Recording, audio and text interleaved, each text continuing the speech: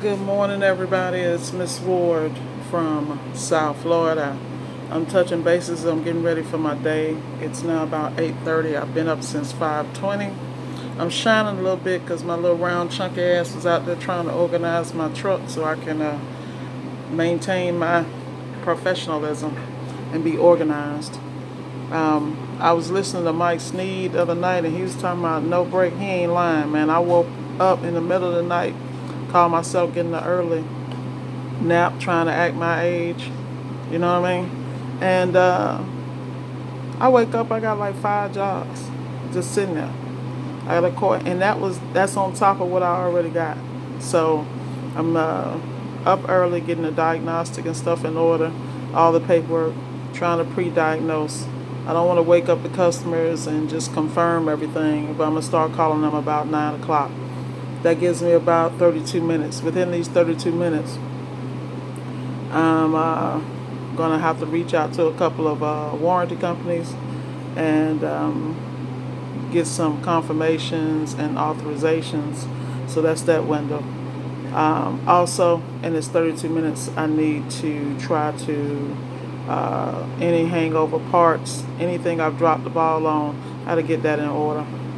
I'm telling you, it ain't easy being blessed. Number one, everybody say they want it, they ain't ready for it. So I'm telling you, take your time, move at your own pace, and build your momentum. It is out here, but you just have to be prepared. Every day I do what I need to do in my business to achieve more, to gather more customers, whether it be COD or warranty. Every day, if I find a new warranty company to sign up with, I check on the warranty companies that I have signed up with, make sure that I'm communicating, that I'm on first call basis. I'm making sure I don't leave anything unturned. Because one thing you got to learn specifically from COVID-19 is that you got to make sure every door is wide open so you don't miss a beat. And that's basically where I am. So at this particular point, these are my goals and this is what I'm focusing on. So right now, I'm just going through my documentation, making sure I'm dotting I's, crossing T's. I wanted to answer a question. Someone's asking about how do they get training. You have a couple of things. There's nothing better than hands-on. People can have theory all day long, but until you get out there and are in different environments, you have to decide how you want to excel and how you want to approach. Book. You got a case study of this may be an issue with a washer, dryer, or whatever appliance it is. You have to understand the fundamentals. There's a book, a home appliance repair book that has a lot of great basic information. I strongly recommend you stay on top of that. You need to be signed up with appliantology. Master Samurai has an awesome pre-diagnostic and schematic course, which your whole goal in life is to cut down on your diag time. You can grind through everything else, but that diagnostic is what gets you stuck. A lot of these old school guys going there ripping stuff apart when all they got to do is learn how to read. You know what I mean? Like read the schematic. It's just you can speak any language, you can read a schematic because schematics are universal in most cases, just like math. But you have to discipline yourself because what's going to set you apart from your other technicians and people in the field is number one, your professionalism, number two, your preparedness, number three, your knowledge of the product and your knowledge of the systems. Most people go in here, they're not comfortable with customers, they're not comfortable in their space, they're there to cha-ching, catch it, get a check and go. What's going to separate you is going to be your magic touch. With me, I consider I have a boutique service. Myself and my techs, we only work on certain appliances, and generally they lean toward the high-end side because high-end is usually ahead of the game when it comes to technology. Now, don't sleep on any of these other ones. I mean, you got to realize technology gets cheaper every day. So it's a trickle-down theory. But if you've already been practicing in certain areas, you're going to be successful anyway. You just got to set up your business. I want to get to the point where all I'm doing is diag, and my guys come behind and fix. because the more I can turn over diagnostics and have a system kind of like a manufacturing line in place, the better off I am. So, we may have someone go out and diag the job early morning, have another team come back and repair it later. I mean, it just doesn't matter. You got to have a system that works for you, but you got to have the structure and the discipline. Just like fast moving parts. People always talk about having certain things on the truck. You need to get with your parts houses, and I'm going to shout out to Mike Sneed, shout out to Appliance Picker, TK, Cousins, because the reality is, in order to manage your business and manage yourself, you got to have the supplies to get the job done. It's really not that difficult. You also got to know the demands in your market. And the reason I say it's not that difficult, that means you can have all the knowledge in the world, but if you're not applying that knowledge, you're never going to be successful. And then that means you got to drown out the noise. 99% of the reasons people ain't successful is, number one, the people you hang around. Number two, your belief in yourself. Whatever dysfunction you grew up in is irrelevant. What's relevant is today. It's not where you come from, it's where you're going.